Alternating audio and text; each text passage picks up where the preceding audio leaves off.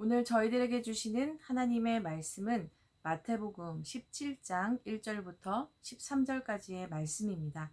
함께 말씀을 보시며 읽겠습니다. 엿새 후에 예수께서 베드로와 야고보와 그 형제 요한을 데리시고 따로 높은 산에 올라가셨더니 그들 앞에서 변형되사 그 얼굴이 해같이 빛나며 옷이 빛과 같이 희어졌더라. 그때 모세와 엘리야가 예수와 더불어 말하는 것이 그들에게 보이거늘 베드로가 예수께 여쭈어 이르되 주여 우리가 여기 있는 것이 좋사오니 만일 주께서 원하시면 내가 여기서 초막셋을 짓되 하나는 주님을 위하여 하나는 모세를 위하여 하나는 엘리야를 위하여 하리이다. 말할 때에 호련히 빛난 구름이 그들을 덮으며 구름 속에서 소리가 나서 이르시되 이는 내 사랑하는 아들이요 내 기뻐하는 자니 너희는 그의 말을 들으라 하시는지라. 제자들이 듣고 엎드려 심히 두려워하니 예수께서 나와 그들에게 손을 대시며 이르시되 일어나라 두려워하지 말라 하시니 제자들이 눈을 들고 보매 오직 예수 외에는 아무도 보이지 아니하더라. 그들이 산에서 내려올 때에 예수께서 명하여 이르시되 인자가 죽은 자 가운데서 살아나기 전에는 본 것을 아무에게도 이르지 말라 하시니 제자들이 물어 이르되 그러면 어찌하여 서기관들이 엘리야가 먼저 와야 하리라 하나이까. 예수께서 대답하여 이르시되 엘리야가 과연 먼저 와서 모든 일을 회복하리라. 내가 너희에게 말하노니 엘리야가 이미 왔으되 사람들이 알지 못하고 임의로 대우하였도다. 인자도 이와 같이 그들에게 고난을 받으리라 하시니 그제서야 제자들이 예수께서 말씀하신 것이 세례 요한인 줄 깨달으니라. 아멘. 오늘 말씀은 저희들에게 변화산 사건이라 라는 이름으로 유명한 말씀입니다. 예수님께서 베드로와 야고보와 요한을 데리고 높은 산에 오르셨는데 그곳에서 예수님의 모습이 변형된 것을 제자들이 목격한 장면을 그리고 있습니다. 성경에서 산과 같이 높은 곳은 신을 만나기 위한 장소, 또 신과 가까운 장소라고 여겨졌습니다. 그래서 산을 오른다라는 것은 신을 만나고자 하는 목적을 가지고 있습니다. 아마 이전에 우리 여러분들도 믿음의 선배들도 이렇게 산에 가서 많이 하나님을 만나기 위해 기도를 많이 하셨던 것을 기억해 보시면 이해가 되실 것입니다. 실제로 하나님은 신의 산, 즉 호렙산에서 모세를 만나 주셨고 또 그곳에서 이스라엘 백성들에게 하나님의 말씀인 율법을 주셨습니다. 그래서 오늘 예수님께서도 제자들을 데리고 높은 산을 오르셨다라는 것은 제자들이 처음에는 그 의도를 알지 못했겠지만 분명한 큰 의도가 있다라는 것을 알 수 있습니다. 예수님은 왜 제자들을 데리고 높은 산에 올라가셨을까요? 그리고 왜 예수님은 그곳에서 모습이 변하셨을까요? 이 말씀이 다른 공간복음에서도 나와 있는데요. 특별히 누가복음에서는 이렇게 말하고 있습니다. 기도하시러 산에 올라가사 라고 말입니다. 누가는 예수님께서 제자들과 기도하기 위해 산에 올라가셨다라고 기록합니다. 그리고 그 기도하는 중에 예수님의 모습이 변형되었다, 용모가 변했다라고 말합니다. 주님께서 평소와 같이 홀로 산에 오르지 않으시고 제자들과 함께 오르신 것에는 분명한 이유가 있을 것입니다. 어쩌면 그들에게 진정한 제자됨의 모습을 훈련하기 위해서 함께 올라가셨을 것이기도 하고요. 기도함을 가르쳐주기 위해서였을 수도 있습니다. 무엇보다 저희들이 어제 읽어본 말씀을 생각한다면 그들이 기도해야 할 충분한 이유가 있었습니다.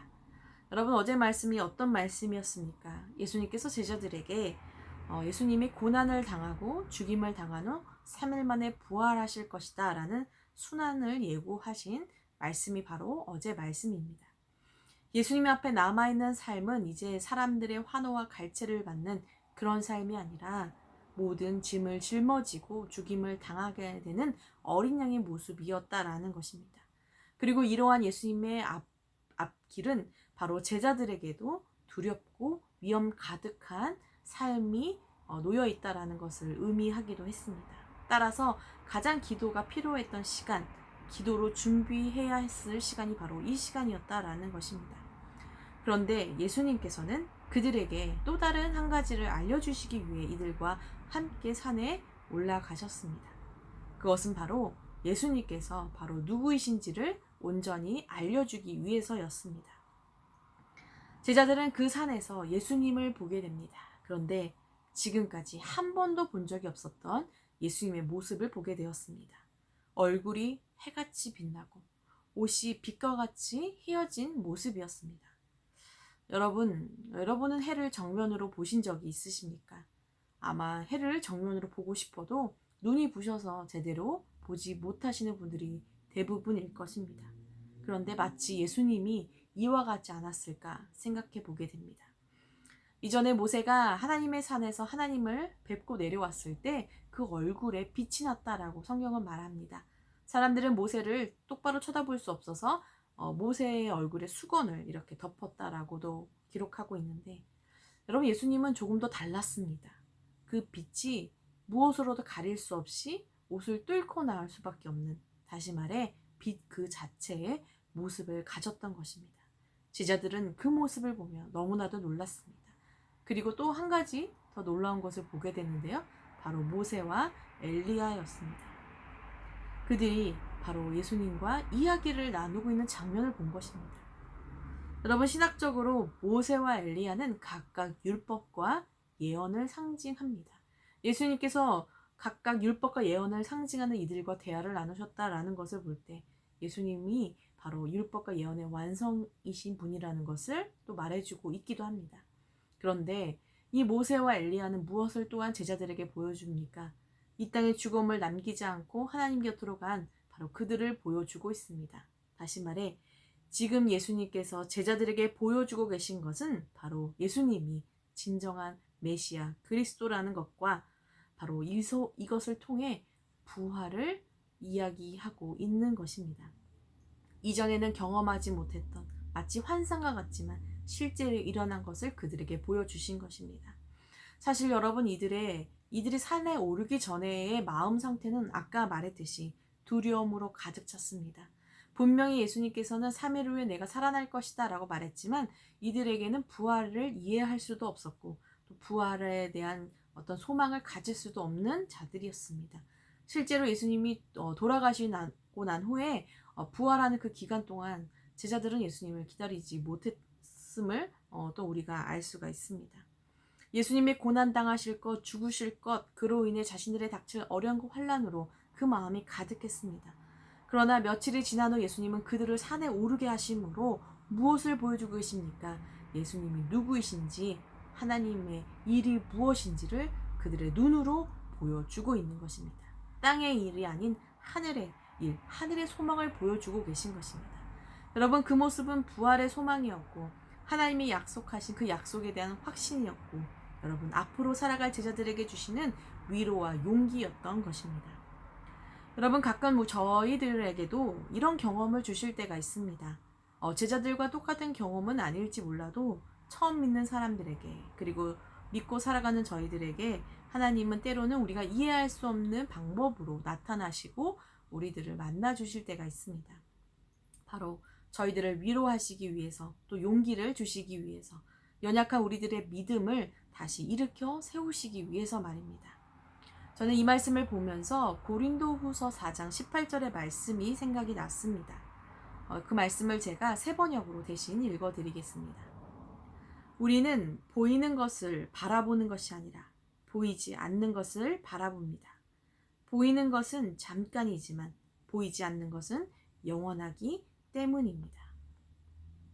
사랑하는 여러분, 제자들이 본 것은 이 세상에서는 흔히 볼 수 없는, 보이지 않는 것이었습니다. 그러나 그 모습은 예수님을 믿고 따르며 살아가는 모든 예수님의 제자들이 바라보고 바라봐야 할 모습이었습니다. 잠깐이 아니라 영원한 삶의 모습이었던 것입니다. 주님은 이 영원한 삶, 부활의 삶을 바라보며 그들이 예수님의 길을 걸어가기를 원하셨던 것입니다.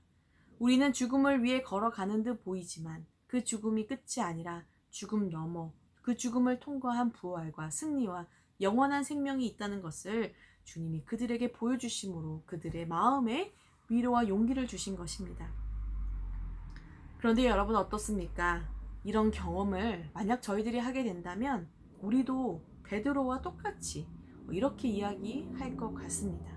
주여, 우리가 여기 있는 것이 좋사오니 라고 말입니다. 하늘의 기쁨을 맛보았으니 그것을 어떤 기쁨과 비교할 수 있겠습니까? 이 세상은 줄 수도 없고 맛볼 수도 없는 그 놀라운 그 기쁨을 제자들이 갖게 된 것입니다. 그래서 그들은 여기 있는 것이 마치 천국과 같으니 여기 있겠다라고 말한 것이지요. 저도 예전에 수련회를 했었는데요. 대학교 4학년 때 수련회를 갔다 왔었습니다. 그때 강사님께서 설교를 40분을 하시겠다라고 하셨는데 점점 길어져서 4시간을 향해 달려갔었습니다. 그런데도 그곳에 있는 청년들이 말씀을 너무 사모하고 그 시간이 너무 뜨거워서 아무도 힘들어하지 않고 너무나도 집중돼요. 그 하나님의 말씀을 사모했던 기억이 납니다. 그곳이 너무 좋고 또 그 시간이 너무 행복해서 내일은 수련회를 끝나고 집으로 가야 하는데 아무도 그 자리를 떠나고 싶지 않다고 얘기했습니다. 그래서 저희가 뭐라고 얘기했냐면 우스갯소리로 여기가 좋사오니 초막 셋을 짓겠습니다 라고 말을 했던 기억이 납니다. 베드로도 그와 같았을 것입니다. 아니 저희보다 더 했겠지요. 영원히 그곳에 있고 싶었을 것입니다. 그 환희와 충만함 가운데 있고 싶었을 것입니다. 그러나 그때 어떤 일이 일어납니까? 호련히 빛난 구름이 그들을 덮습니다. 그리고 그곳에서 소리가 들립니다. 이는 내 사랑하는 아들이요 내 기뻐하는 자니 너희는 그의 말을 들으라. 하나님의 음성이었습니다. 하나님께서 구름 속에서 예수님이 누구이신지를 그들에게 증거해 주셨습니다. 바로 예수님이 세례를 받으실 때 해주셨던 말씀, 이는 내 사랑하는 아들이라고, 바로 내가 약속한 메시아라고 말씀해 주셨습니다. 그러면서 그 다음에 뭐라 말씀하십니까? 너희는 그의 말을 들으라 라고 말씀하십니다. 사랑하는 여러분, 이것이 하나님의 뜻입니다. 하나님의 뜻은 바로 우리가 예수 그리스도를 온전히 믿고 그분을 바라고 그분이 이루실, 아니 이미 이루신 부활의 소망을 품고 결국은 그분의 말씀을 듣는 것, 순종하는 것이다 라는 것입니다. 그리고 그 순종은 그분의 길을 함께 따라가는 것이다 라고 말씀하십니다. 그 순종의 길은 그래서 산 위의 자리가 아니라 바로 산 아래의 자리입니다. 어쩌면 산 아래의 자리는 우리 모두가 걸어가고 싶지 않을 자리일 것입니다. 여러분, 수련회와 같은 뜨거운 역사를 주님이 경험하게 해주셨다면 그 다음은 그것을 가슴에 품고 나의 자리로 나아가야 합니다. 그것이 진정 예수님이 오늘 이 산을 오르게 하신 목적이기 때문입니다. 하나님의 말씀이 끝나고 난 후 제자들의 눈에 보인 것은 무엇입니까? 이전의 모습인 예수님밖에 없었습니다. 이제 자신의 삶으로 돌아간 것입니다. 그리고 이제 남은 것은 예수님이 걸어가실 고난의 자리밖에 남지 않았습니다. 사랑하는 여러분, 저는 오늘 이 말씀을 통해 다시 한번 우리들에게 부활의 소망이 있음을 바라보기를 원합니다. 하나님께서 저와 여러분에게 허락하실 영원한 삶을 소망하기를 원합니다. 하나님과의 깊은 교제 속에서 그 기쁨을 만나시기를 기도합니다. 그러나 여러분, 그곳에 머물지 않고 그 영혼을 품고 우리의 자리에서 주님의 말씀으로 살아가기를 기도합니다. 이미 우리는 알고 있습니다. 이것이 얼마나 힘들고 외롭고 두렵고 우리의 힘으로 감당할 수 없는 자리라는 것을 말입니다. 그러나 살아계신 하나님께서 우리와 함께 하시며 우리를 도우실 것입니다. 오늘 예수님께서 두려워 떠는 제자들에게 이렇게 말씀하십니다. 일어나라, 두려워하지 말라. 저는 이 말씀이 당시 하나님의 음성을 들어 두려워했던 제자들에게 하시는 예수님의 말씀이기도 하지만 앞으로 살아갈 그 고난의 일을 감당해야 할 제자들에게 하시는 말씀처럼 들렸습니다. 그리고 저와 여러분에게도 하시는 말씀으로 들렸습니다. 일어나라, 두려워하지 말라. 우리는 모두 똑같이 연약한 사람들입니다. 베드로도 사도 바울도 모두 그렇습니다. 그러나 눈에 보이지 않는 영원한 영광을 품으면 우리는 담대해질 수 있습니다. 저와 여러분이 부활의 소망을 갖고 담대함으로 우리의 자리에서 예수님께 순종할 수 있기를 기도합니다. 마지막으로 고린도 후서 4장 16절에서 17절의 말씀을 읽어드리도록 하겠습니다. 그러므로 우리는 낙심하지 않습니다. 우리의 겉사람은 낡아가나 우리의 속사람은 날로 새로워집니다. 지금 우리가 겪는 일시적인 가벼운 고난은 비교할 수 없을 정도로 영원하고 크나큰 영광을 우리에게 이루어 줍니다. 사랑하는 여러분, 비교할 수 없는 영원한 영광을 사모하기를 소망합니다. 특별히 부활절을 준비하며 사순절의 삶을 살아가는 저희들이 매 순간 저희들이 주님의 말씀에 순종하며 살아가며 우리에게 주실 귀한 주님의 부활의 소망, 영원한 소망을 품고 살아가는 저와 여러분이 되기를 소망합니다. 또한 두려워하지 말라고 말씀하신 예수님의 그 말씀을 우리 마음에 새기고 오늘도 담대히 주님과 함께 살아가는 저와 여러분이 되기를 기도합니다. 이 시간 함께 기도하겠습니다. 사랑의 하나님 감사합니다. 오늘도 주님의 말씀을 통해 우리가 보아야 할 것이 무엇인지를 알게 해주시니 감사합니다. 하나님, 우리 눈에 보이는 것이 아닌 보이지 않지만 영원히 있는 주님의 나라를 꿈꾸게 하시고 무엇보다 하나님 저희들 삶의 자리에서 주님의 말씀에 순종하며 살아갈 때 우리의 마음 가운데 두렵고 힘들고 불안하고 어려운 모든 것들이 있지만 하나님은 오늘 우리에게 주신 말씀처럼 두려워하지 않고 하나님 담대히 주님의 길에 순종하며 나아갈 수 있게 하여 주옵소서.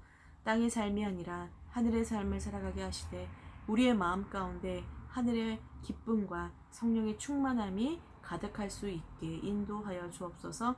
오늘도 하나님 만나의 모든 성도님들의 건강과 삶을 축복하여 주시고 하나님 회복 중에 있는 우리 권사님, 집사님 위에 주님 함께 하여 주시며 하나님 교회 건축 가운데 있사온데 주님의 은혜 안에서 하나님 아무 사고 없이 하나님 주님의 뜻 가운데서 건축되어질 수 있게 하여 주시옵소서. 각처에 흩어져 있는 복음의 사역자들, 선교사님들의 삶과 사역 위에 주님 함께 하여 주시옵소서. 이 모든 말씀 예수님의 이름으로 기도합니다. 아멘.